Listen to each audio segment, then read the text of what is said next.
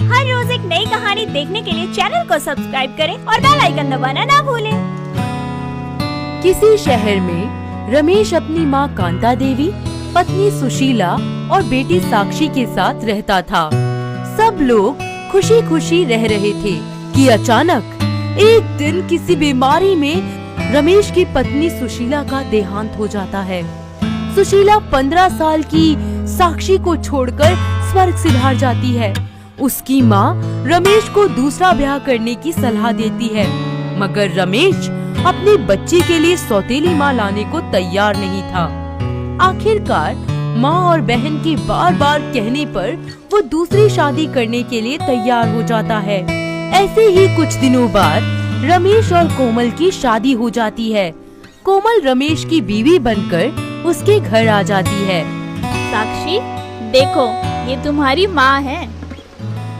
नहीं, ये औरत मेरी माँ कभी नहीं हो सकती। ये तो मेरी सौतेली माँ है। देखो कोमल, पहले तुम्हें एक अच्छी माँ बनकर दिखाना होगा।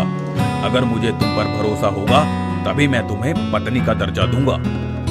ये सब बातें सुनकर कोमल की आंख से आंसू निकल पड़ते हैं। नहीं, मैं कभी भी सौतेली माँ नहीं बनूंगी। साक्षी को मैं एक अच्छी माँ बनकर दिखाऊंगी। हाँ। दूसरी तरफ साक्षी की नानी पार्वती देवी साक्षी के कान भर ही रही होती है। देखो बेटा, तुम तो काफी समझदार हो और अब तो लगता है कि तुम्हारी पढ़ाई भी छूट जाएगी। ये तुम्हारी सौतेली माँ जो आ गई है। हाँ नानी, वो तो है, मगर अब हम कर भी क्या सकते हैं? अरे क्यों नहीं कर सकते? बस तुम अपनी नानी का साथ देना और देखना, हम इसे घर से बाहर निकलवा देंगे। दूसरे दिन सुबह। माँ जी, साक्षी का कॉलेज कितने बजे है? ठीक 10 बजे। ठीक है माँ जी, मैं उसे उठाती हूँ। और हाँ माँ जी, साक्षी को नाश्ते में क्या पसंद है? सास कांता देवी को कोमल के मुंह से ये सारे शब्द सुनकर कुछ राहत महसूस होती है। भाभी, आज आप रहने दो, कल से करना आप। नहीं दीदी, मेरी जिंदगी का मकसद अब बस साक्षी ही है। अरे ओ छोकरी, ये सारा नाटक बंद कर दे। अच्छी तरह जानती हूँ मैं तुझे, तू क्या चाहती है। और फिर कांता देवी को कहती है, देख लो समधन जी, मैं तो 1 साल तक यही रहूंगी, जब तक मेरे दिल को तसल्ली नहीं हो जाती। कोमल आँख में आंसू लिए वहाँ से चली जाती है। कुछ देर के बाद साक्षी आती है। साक्षी, देखो मैंने तुम्हारे लिए बाथरूम में गर्म पानी रख दिया है। अब तुम नहा लो बच्चे, ठीक है? और मैं नाश्ता लगा देती हूँ तुम्हारे लिए। कोई जरूरत नहीं है, मैं कोई बच्ची नहीं हूँ, अपना काम खुद कर लूंगी। चली जाओ आप यहाँ से। कोमल चुपचाप वहाँ से चली जाती है और उसके जाते ही पार्वती देवी साक्षी के नाश्ते में नमक डाल देती है। जब सब लोग नाश्ता करने लगते हैं तब थू थू, अरे ये क्या है? अरे मेरी लाडो, मेरी गुड़िया, क्या हुआ? अरे खाने में इतना नमक कौन डालता है भला? मगर हमारे खाने में तो नमक ठीक है। अच्छा, तो महारानी ने अपना रूप दिखाना शुरू कर दिया। नहीं नहीं, मैंने कुछ नहीं किया है माँ जी। अरे बहुरिया, हम तुम्हें इस बच्ची की माँ समझकर लाए थे और तुमने अभी से इसे तंग करना शुरू कर दिया। साक्षी और उसकी नानी दोनों ही बहुत खुश हो जाते हैं। ऐसे ही दिन बीतने लगते हैं और एक दिन, आओ साक्षी, लाओ हम तुम्हारे बाल बना दें। साक्षी कुछ सोचती है और बैठ जाती है। कोमल बाल बना रही होती है। जैसे ही साक्षी रमेश को अपनी ओर आता देखती है तो वो चिल्लाने लगती है। मुझे दर्द हो रहा है। क्या हुआ बेटा?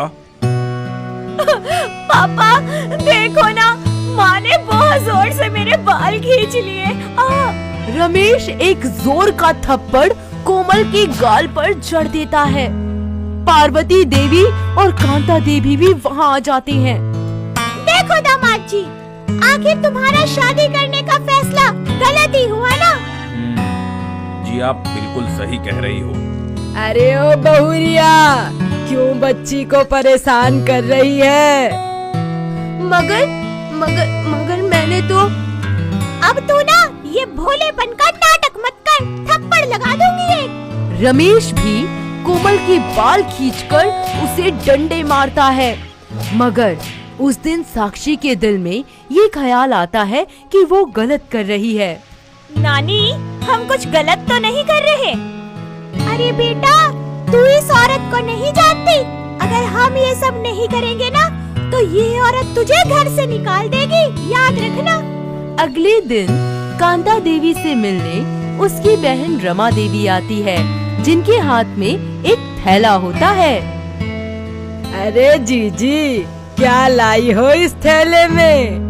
अरे कांता, इसमें हमारे घर का खानदानी हार है। अभी इसकी सफाई करवा कर लाई हूँ।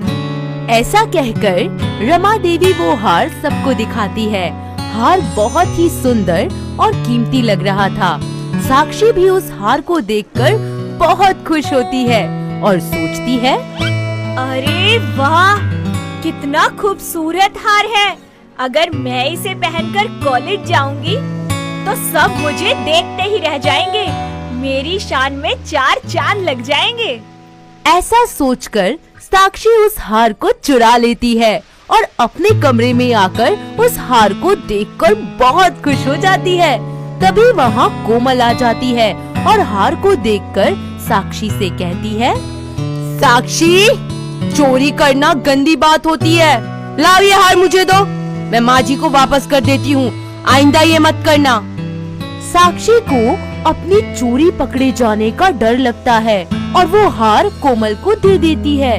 तभी वहाँ कांता देवी, रमा देवी और पार्वती देवी हार को ढूंढते ढूंढते वहाँ पहुँच जाती हैं और कोमल के हाथों में हार देखकर बोलती हैं, वाह वाह, क्या बात है।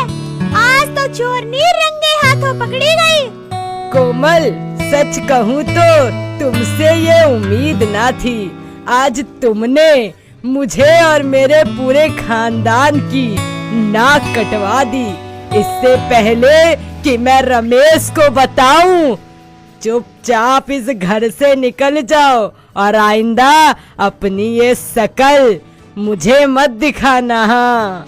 कोमल की आंखें आंसुओं से भर आती हैं और वो बिना कुछ कहे वहाँ से जाने लगती है। तभी साक्षी रोते हुए बोलती है, माँ, रुक जाइए, आप कहीं नहीं जाएंगी। दादी जी, ये हार मैंने चुराया था।